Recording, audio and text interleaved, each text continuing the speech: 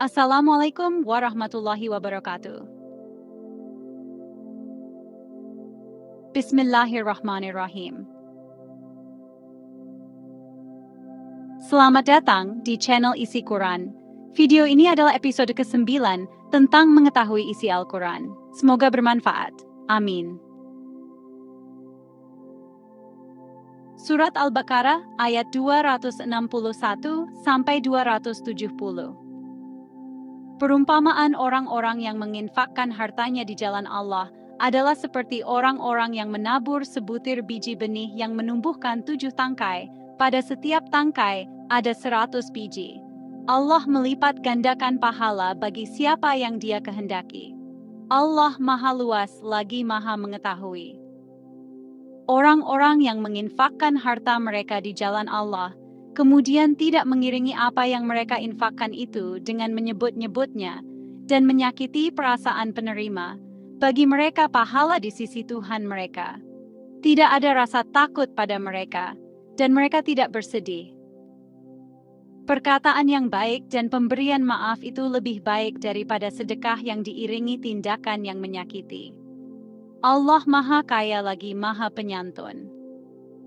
Wahai orang-orang yang beriman, jangan membatalkan pahala sedekahmu dengan menyebut-nyebutnya dan menyakiti perasaan penerima, seperti orang yang menginfakkan hartanya karena ria pamer kepada manusia, sedangkan dia tidak beriman kepada Allah dan hari akhir. Perumpamaannya orang itu seperti batu licin yang di atasnya ada debu, lalu batu itu diguyur hujan lebat, sehingga tinggallah batu itu licin kembali. Mereka tidak menguasai sesuatu pun dari apa yang mereka usahakan. Allah tidak memberi petunjuk kepada kaum kafir. Perumpamaan orang-orang yang menginfakkan harta mereka untuk mencari ridha Allah dan memperteguh jiwa mereka adalah seperti sebuah kebun di dataran tinggi yang disiram oleh hujan lebat. Lalu kebun itu menghasilkan buah-buahan 2 kali lipat. Jika hujan lebat tidak menyiraminya, hujan gerimis pun memadai. Allah Maha melihat apa yang kamu kerjakan. Apakah salah seorang di antara kamu ingin memiliki kebun kurma dan anggur yang mengalir di bawahnya sungai-sungai? Di sana dia memiliki segala macam buah-buahan. Kemudian, datanglah masa tua, sedangkan dia memiliki keturunan yang masih kecil-kecil. Lalu, kebun itu ditiup angin kencang yang mengandung api sehingga terbakar. Demikianlah Allah menerangkan ayat-ayatnya kepadamu agar kamu memikirkannya. Wahai orang-orang yang beriman, infakkanlah sebagian dari hasil usahamu yang baik-baik, dan sebagian dari apa yang kami keluarkan dari bumi untukmu. Janganlah kamu memilih yang buruk untuk kamu infakkan, padahal kamu tidak mau mengambilnya, kecuali dengan memicingkan mata enggan terhadapnya. Ketahuilah bahwa Allah Maha Kaya lagi Maha Terpuji. Setan menjanjikan menakut-nakuti kamu kemiskinan dan menyuruh kamu berbuat keji kikir, sedangkan Allah menjanjikan kamu ampunan dan karunia-Nya. Allah Maha Luas lagi Maha Mengetahui. Dia Allah menganugerahkan hikmah kepada siapa yang Dia kehendaki. Siapa yang dianugerahi hikmah, sungguh dia telah dianugerahi kebaikan yang banyak. Tidak ada yang dapat mengambil pelajaran darinya, kecuali ulul albab. Infak apapun yang kamu berikan, atau nazar apapun yang kamu janjikan, sesungguhnya Allah mengetahuinya. Bagi orang-orang zalim tidak ada satu pun penolong dari azab Allah. Surat Al-Baqarah, ayat 271 sampai 280. Jika kamu menampakkan sedekahmu, itu baik. Akan tetapi, jika kamu menyembunyikannya dan memberikannya kepada orang-orang fakir, itu lebih baik bagimu. Allah akan menghapus sebagian kesalahanmu. Allah Maha teliti terhadap apa yang kamu kerjakan. Bukanlah kewajibanmu Nabi Muhammad menjadikan mereka mendapat petunjuk, tetapi Allah lah yang memberi petunjuk kepada siapa yang Dia kehendaki, berdasarkan kesiapannya untuk menerima petunjuk. Kebaikan apapun yang kamu infakkan, manfaatnya untuk dirimu sendiri. Kamu orang-orang mukmin tidak berinfak, kecuali karena mencari ridha Allah. Kebaikan apapun yang kamu infakkan, Niscaya kamu akan diberi pahala secara penuh, dan kamu tidak akan dizalimi. Apapun yang kamu infakkan diperuntukkan bagi orang-orang fakir yang terhalang usahanya karena jihad di jalan Allah, dan mereka tidak dapat berusaha di bumi. Orang yang tidak mengetahuinya mengira bahwa mereka adalah orang-orang kaya, karena mereka memelihara diri dari mengemis.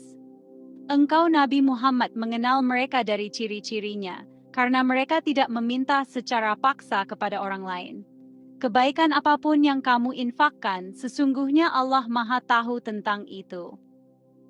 Orang-orang yang menginfakkan hartanya pada malam dan siang hari, baik secara rahasia maupun terang-terangan, mereka mendapat pahala di sisi Tuhannya. Tidak ada rasa takut pada mereka, dan tidak pula mereka bersedih. Orang-orang yang memakan bertransaksi dengan riba tidak dapat berdiri, kecuali seperti orang yang berdiri sempoyongan karena kesurupan setan. Demikian itu terjadi karena mereka berkata bahwa jual beli itu sama dengan riba. Padahal, Allah telah menghalalkan jual beli dan mengharamkan riba. Siapapun yang telah sampai kepadanya peringatan dari Tuhannya menyangkut riba, lalu dia berhenti sehingga apa yang telah diperolehnya dahulu menjadi miliknya dan urusannya terserah kepada Allah. Siapa yang mengulangi transaksi riba, mereka itulah penghuni neraka. Mereka kekal di dalamnya. Allah menghilangkan keberkahan dari riba dan menyuburkan sedekah. Allah tidak menyukai setiap orang yang sangat kufur, lagi bergelimang dosa. Sesungguhnya orang-orang yang beriman, beramal saleh, menegakkan salat, dan menunaikan zakat, mereka mendapat pahala di sisi Tuhannya. Tidak ada rasa takut pada mereka, dan tidak pula mereka bersedih. Wahai orang-orang yang beriman, bertakwalah kepada Allah, dan tinggalkan sisa riba yang belum dipungut jika kamu orang-orang mukmin. Jika kamu tidak melaksanakannya, ketahuilah akan terjadi perang dahsyat dari Allah dan Rasul-Nya. Akan tetapi, jika kamu bertobat, kamu berhak atas pokok hartamu. Kamu tidak berbuat zalim merugikan dan tidak dizalimi dirugikan. Jika dia orang yang berutang itu dalam kesulitan, berilah tenggang waktu sampai dia memperoleh kelapangan. Kamu bersedekah membebaskan utang itu lebih baik bagimu, apabila kamu mengetahuinya. Surat Al-Baqarah ayat 281-286. Waspadalah terhadap suatu hari kiamat, yang padanya kamu semua dikembalikan kepada Allah. Kemudian, setiap orang diberi balasan yang sempurna sesuai dengan apa yang telah dilakukannya, dan mereka tidak dizalimi. Wahai orang-orang yang beriman, apabila kamu berutang piutang untuk waktu yang ditentukan, hendaklah kamu mencatatnya. Hendaklah seorang pencatat di antara kamu menuliskannya dengan benar.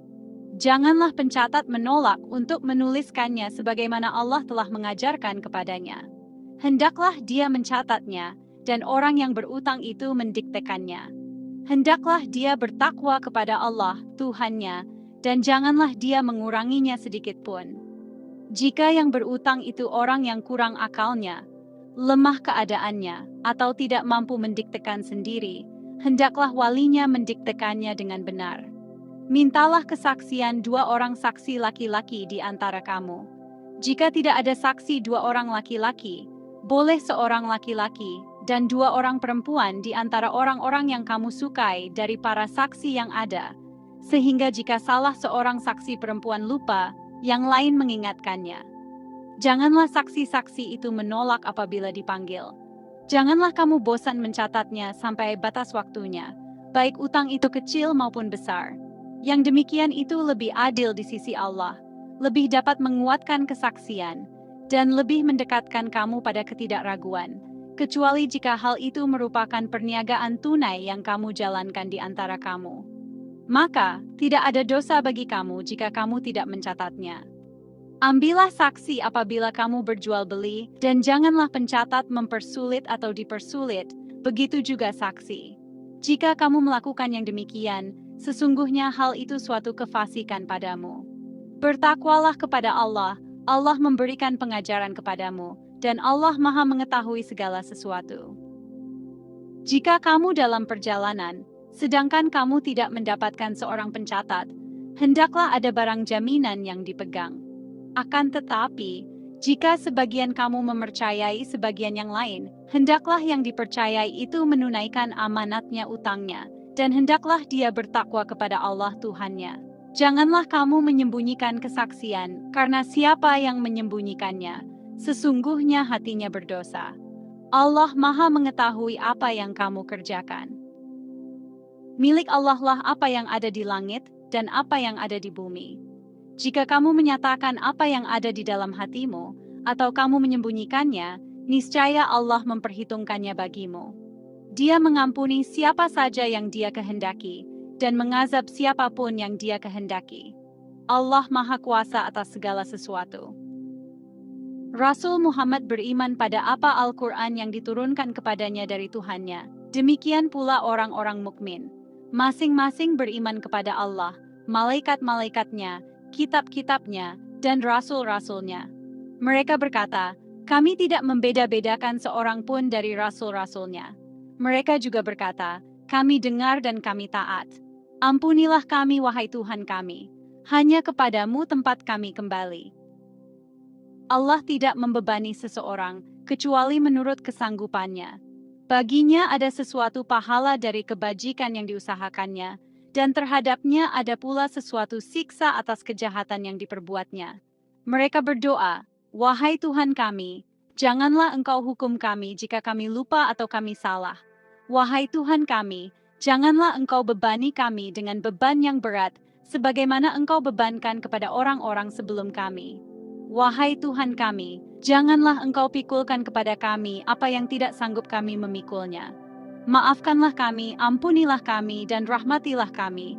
Engkaulah pelindung kami, maka tolonglah kami dalam menghadapi kaum kafir.